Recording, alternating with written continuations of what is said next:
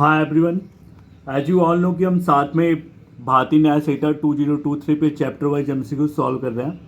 And last session में हमने chapter 2 को स्टार्ट किया था, जो कि हमारा ऑफ पनिशमेंट है। एंड उसके रिगार्डिंग जितने भी क्वेश्चन इस टेक्स्ट बुक में दे रखे हैं, हम उसको सॉल्व कर रहे थे। तो आज के सेशन में हम उन सारे क्वेश्चन को सॉल्व करेंगे जो लास्ट सेशन में बच गए थे। तो चलो स्टार्ट करते हैं सॉल्व करना, लेट्स गो। तो देखो, ये सिंगल लॉ पब्लिकेशन का न्यू क्रिमिनल लॉज पे एमसीक्यूज है, जो कि almost all law related exam, चाहे वो सिविल जज हो, एपीओ, एलएलएम हो, या फिर कोई अदर लीगल कॉम्पिटेटिव एग्जाम्स हो, उसके लिए बहुत ही ज़्यादा इंपॉर्टेंट है। एंड हम अभी साथ में भारतीय न्याय संहिता 2023 के रिगार्डिंग जितने भी क्वेश्चन इस टेक्स्ट बुक में दे रखे हैं, हम उसको सॉल्व कर रहे हैं।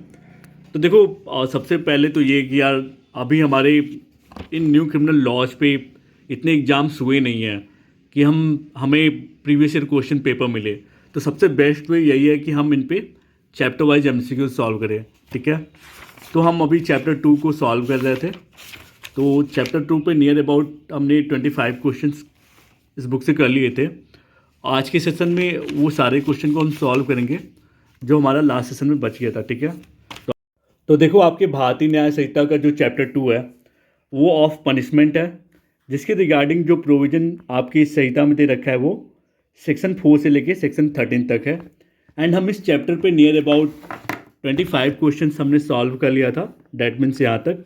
आज हम इसके आगे से सॉल्व कर रहे हैं, तो चलो स्टार्ट करते हैं। तो आपका जो पहला क्वेश्चन है, इसमें इन्होंने पूछ रखा है, amount of fine liability in default of payment of fine ETC has been defined in which section of Bharatiya Nyaya संहिता। तो ये बहुत ही सिंपल सा इन्होंने पूछ दिया है कि आपकी भारतीय न्याय संहिता में amount of fine liability in default of payment of fine किस सेक्शन में डिफाइंड है। तो ये डिफाइंड है सेक्शन 8 ऑफ भारतीय न्याय संहिता, ठीक है। जब आप सेक्शन 8 ऑफ भारतीय न्याय संहिता देखोगे, ये आपका भारतीय न्याय संहिता है और उसका सेक्शन 8 क्या कहता है, amount of fine liability in default of payment of fine. ये किस में डिफाइंड है, सेक्शन 8 में, ठीक है। नाउ जो अप्रोप्रिएट गवर्नमेंट है ना, the appropriate government may commute the sentence of death of an accused person to any other sentence. तो देखो, ये जो appropriate government commute the sentence of death जो है ना, कम्यूट ऑफ सेंटेंस, जो इसके लिए जो प्रोविज़न आपकी भारतीय न्याय संहिता में दे रखा है वो सेक्शन 5 में है ना। जब सेक्शन 5 ऑफ भारतीय न्याय संहिता देखोगे तो कम्यूटेशन ऑफ सेंटेंस दे रखा है। तो इसमें जो अप्रोप्रिएट गवर्नमेंट है वो क्या करती है, appropriate government may without the consent of offender commute any punishment under this Sanhita to any other punishment in accordance with section 474 of Bharatiya Nagarik सुरक्षा संहिता 2023, ठीक है।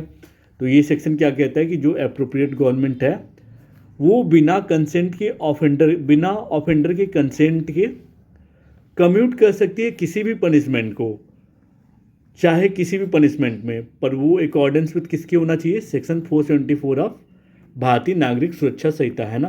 तो अप्रोप्रिएट गवर्नमेंट को ये एम्पावर करता है भारतीय न्याय संहिता कि वो सजा को कम कर सकता है, ठीक है। तो यहाँ पे देखो, यहाँ पे जो आपके ऑप्शन है, with the consent of accused नहीं, with the consent of relative of accused नहीं, with the consent of advocate of the accused नहीं, without the consent of the accused. हमने अभी पढ़ा ना, एक्यूज्ड या ऑफेंडर दोनों का मतलब एक ही होता है, ठीक है। बिना ऑफेंडर के कंसेंट के जो अप्रोप्रिएट गवर्नमेंट है, देखो कम्यूटेशन ऑफ सेंटेंस में क्या है, अप्रोप्रिएट गवर्नमेंट जो है may without the consent of offender, है ना, without the consent of offender, ठीक है। तो यहाँ पे ये ऑप्शन सही है, ठीक है। Now under section 8 of Bharatiya Nyaya Sanhita the fine is awarded as a sentence by itself in case of, देखो सेक्शन 8 जो भारतीय न्याय संहिता का है, ठीक है, वो इलीगल ऑफेंसेस के लिए फाइन और पनिशमेंट को बताता है, ठीक है। तो अगर आप ओनर हो और ऑक्यूपायर हो लैंड के, ठीक है, जिसपे रॉयट चल रहा हो या फिर आप कोई अनलॉफुल असेंबली कर रहे हो, तो under section 8 of Bharatiya Nyaya संहिता आप फाइन के लिए पनिशेबल होगे, ये बात सही है। Illegal payments in connection with an election आप करते हो तो भी इसके तहत पनिशमेंट होगे, सज़ा भी हो सकती है, इम्प्रिजनमेंट भी हो सकता है और फाइन भी लग सकता है। Committing of public nuisance for other for not otherwise punishable. देखो अगर आप पब्लिक नुआसेंस भी क्रिएट करते हो तो भी उसके लिए आप पनिशेबल, इम्प्रिजनमेंट भी हो सकती है और फाइन भी हो सकता है, ठीक है। नाउ तो ये now under section 8 clause 5 of भारतीय न्याय संहिता, if the offence is punishable with a fine only and the accused has been awarded with 5,000 rupees fine, then the period of imprisonment in default shall be।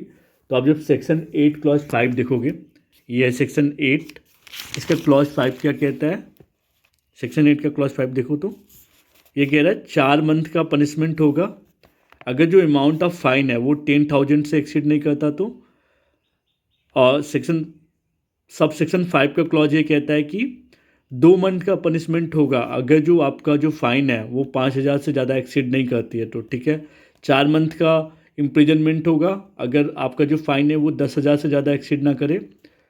1 साल का imprisonment होगा अगर 10,000 के ऊपर आपका fine exceed कर रहा है तो, ठीक है। तो यहाँ पे जो आपका फ़ाइन है,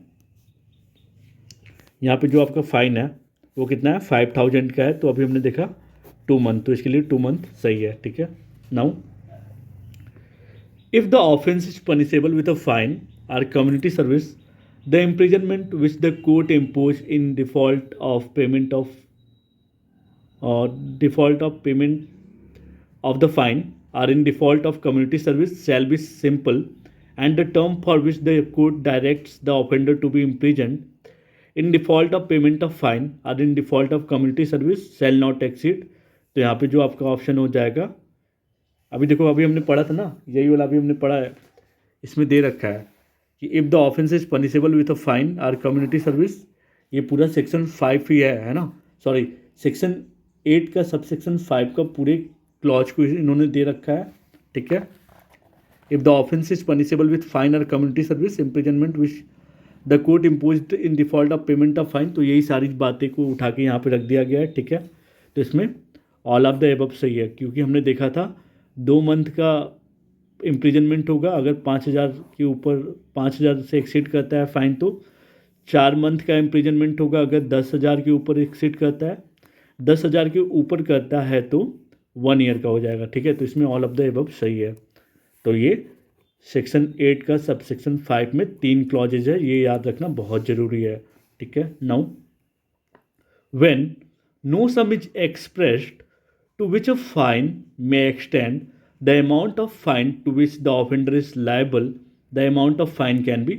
तो ये जो प्रोविज़न है, ये जो प्रावधान है, ये किस में दे रखा है, सेक्शन 8 के क्लॉज 1 में दे रखा है। आप जब सेक्शन 8 का क्लॉज 1 देखोगे, भारतीय न्याय संहिता का अमाउंट ऑफ फाइन है, amount of fine liability in default of payment of fine दे रखा है। तो सेक्शन 8 का सबसेक्शन 1 क्या कहता है, where no sum is expressed to which a fine may extend the amount of fine to which the offender is liable is unlimited होगा, but shall not be excessive. Excessive मतलब वो unfair या unreasonable नहीं होना चाहिए। Amount जो है वो अनलिमिटेड हो सकता है अगर कोर्ट ये डिसाइड ना करे कि कितना फ़ाइन लगाना है, तो जो कोर्ट है वो उस फाइन को अनलिमिटेड बढ़ा सकती है, पर वो इतना भी नहीं बढ़ा सकती कि वो अनफेयर या अनरिजनेबल हो जाए, ठीक है। तो यहाँ पे सेक्शन 8 का क्लॉज 1 है। तो यहाँ पे अगर आप ऑप्शन देखोगे तो जो फाइन है unlimited but can not be excessive in section 8 of BNS, unlimited but can be excessive, unlimited, तो यहाँ पे अनलिमिटेड कैन बी एक्सेसिव नहीं हो सकता ना यार, और अनलिमिटेड भी नहीं है। तो हमने अभी क्या पढ़ा, अमाउंट ऑफ फाइन ऑफेंडर जिसके लिए लायबल होगा वो अनलिमिटेड होगा but shall not be excessive, है ना। तो unlimited but can not be excessive, तो यही सही ऑप्शन ये है, ठीक है। नाउ ये छोड़ दो, ये तो पूरा एग्जाम्पल इन्होंने दे रखा है, इलस्ट्रेशन है, ठीक है। बहुत बड़ा, इतने बड़े इलस्ट्रेशन आते नहीं है। अब देखो, the death of offender does not discharge from the liability any property which would after his death be legally liable for his debts have been provided in which section of the भारतीय न्याय संहिता। तो आप जब भारतीय न्याय संहिता का section 8 का subsection 7 देखोगे, ठीक है, सबसेक्शन देखो 7, इसमें क्या रखा है, द फाइन, सेक्शन 8 है, सेक्शन 8 का सबसेक्शन 7 है ये।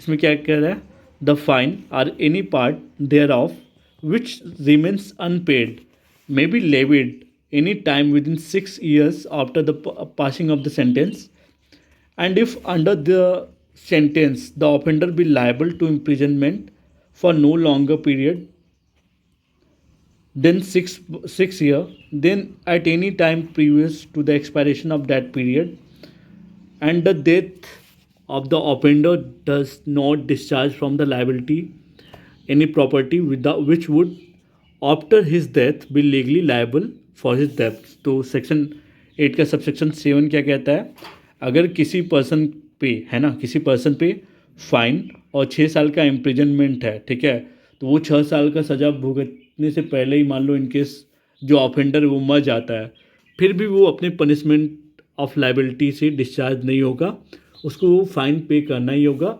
ये सेक्शन 8 का सबसेक्शन 7 कहता है, ठीक है।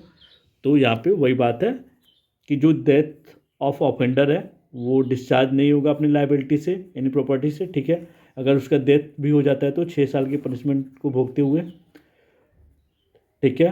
तो ये बात किस में लिखा होगा, सेक्शन 8 का सबसेक्शन 7 कहता है, ठीक है। तो ये ऑप्शन सही है। Now under section 8 where no sum is express to which a fine may extend, तो अभी हमने देखा कि जो फाइन है वो अनलिमिटेड हो सकता है, liable unlimited but shall be extended नहीं, लायबल हो सकता है बट लिमिटेड का तो कोई कॉन्सेप्ट ही नहीं है, ये भी नहीं। तो वो होगा amount of fine to which the offender is liable is unlimited and can be excessive नहीं, amount of fine to which the offender is liable is unlimited but shall not be excessive, तो ये option सही है, ठीक है। तो आपका question क्या था कि अंडर सेक्शन 8 जहाँ पे कोई भी सम एक्सप्रेस नहीं है तो जो फाइन का अमाउंट है वो क्या हो सकता है, अनलिमिटेड हो सकता है, पर वो एक्सेसिव नहीं हो सकता है। एक्सेसिव का क्या मतलब है, अनफेयर या फिर अनरिजनेबल, अनुचित नहीं लगाओगे, ठीक है। Now how long can the imprisonment be in default of payment of fine or community service under section 8 clause 5 if the fine amount does not exceed 10,000 rupees. तो हमने अभी देखा था सेक्शन 8 का सबसेक्शन 5 है, सबसेक्शन 5 की क्लॉज बी में कह रहा है कि 4 मंथ का आपको इम्प्रिजनमेंट हो सकता है अगर आपका फ़ाइन जो है 10,000 से एक्सीड कर रहा है, ठीक है। तो यहाँ पे 10,000 दे रखा है, तो यहाँ पे ऑप्शन क्या हो जाएगा, सी सही है, ठीक है। देखो हर आंसर को मैं सपोर्ट कर रहा हूँ विथ भारतीय न्याय संहिता, ठीक है। Now the imprisonment in case of default of payment under section 8 of BNS, तो जो इम्प्रिजनमेंट है ना, डिफ़ॉल्ट ऑफ पेमेंट के टाइम सेक्शन 8 में जो दे रखा है वो कैसा होगा, तो देख लेते हैं एक बार। सेक्शन 8 में क्या दे रखा है, इम्प्रिजनमेंट जो होगा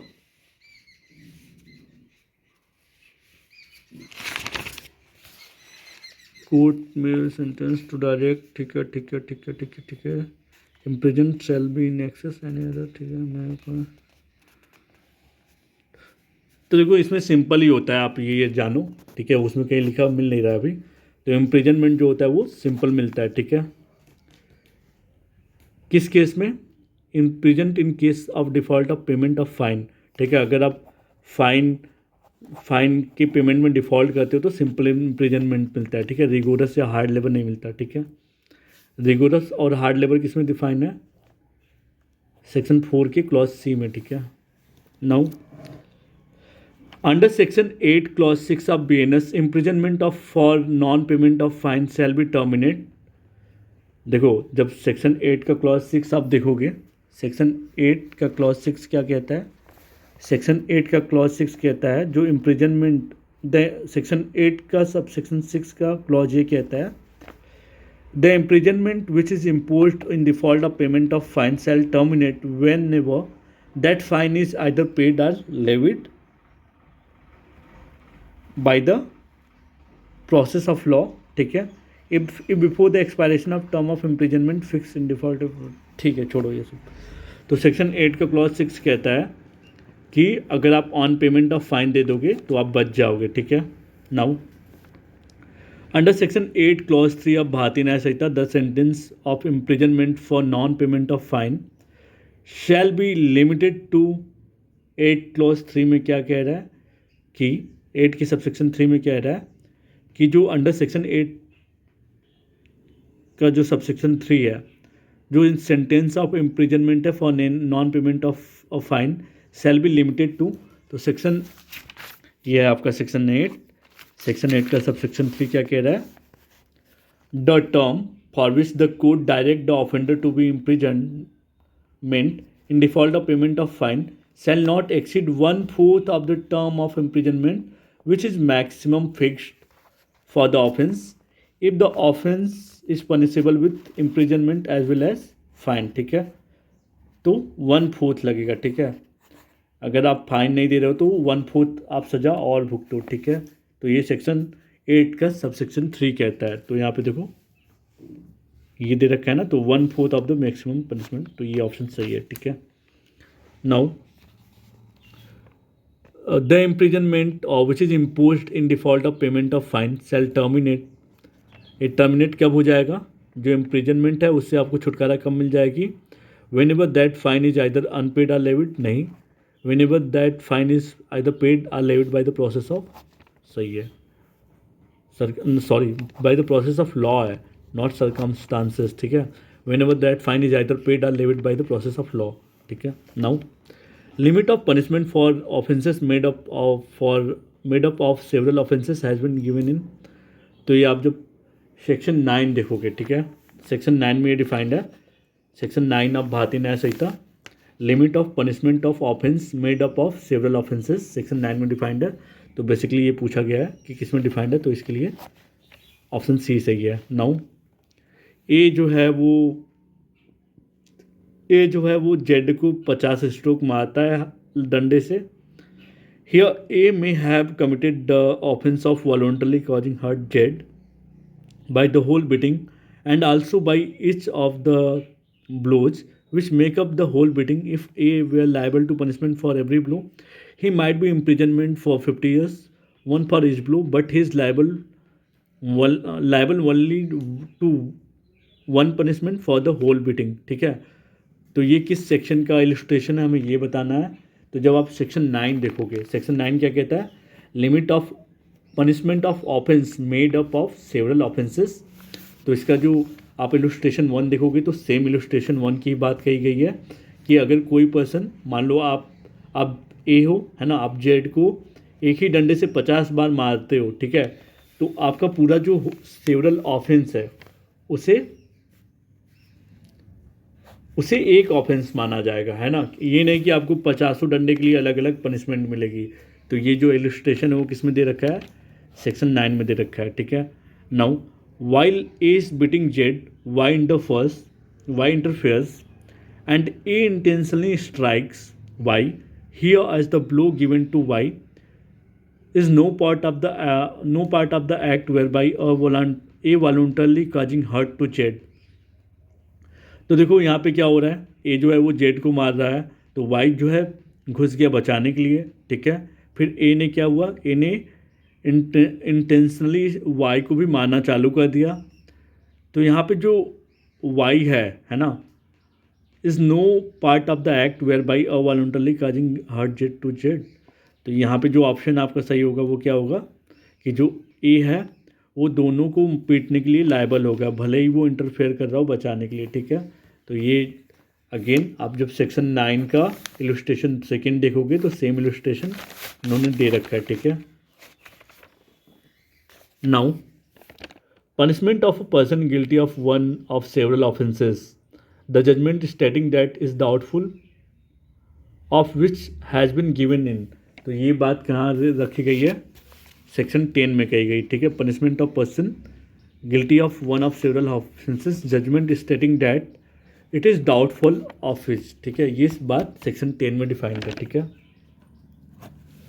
नाउ ये छोड़ दो यार, कुछ छोड़ना भी तो चाहिए। Now solitary confinement under section 11 of Bharatiya Nyaya Samhita 2023 applies only in solitary confinement का क्या मतलब होता है, एकांत कारावास, है ना, एकांत कारावास की सज़ा जो मिलती है। ठीक है, तो सॉलिटरी कन्फाइनमेंट जो है वो किस पे अप्लाई होता है, court has the power of simple नहीं, तो जो सॉलिटरी कन्फाइनमेंट है, एकांत कारावास, किसको मिलेगा? जिसको रिगोरस इम्प्रिजनमेंट मिला हो, ठीक है, तो ये वाला सही है।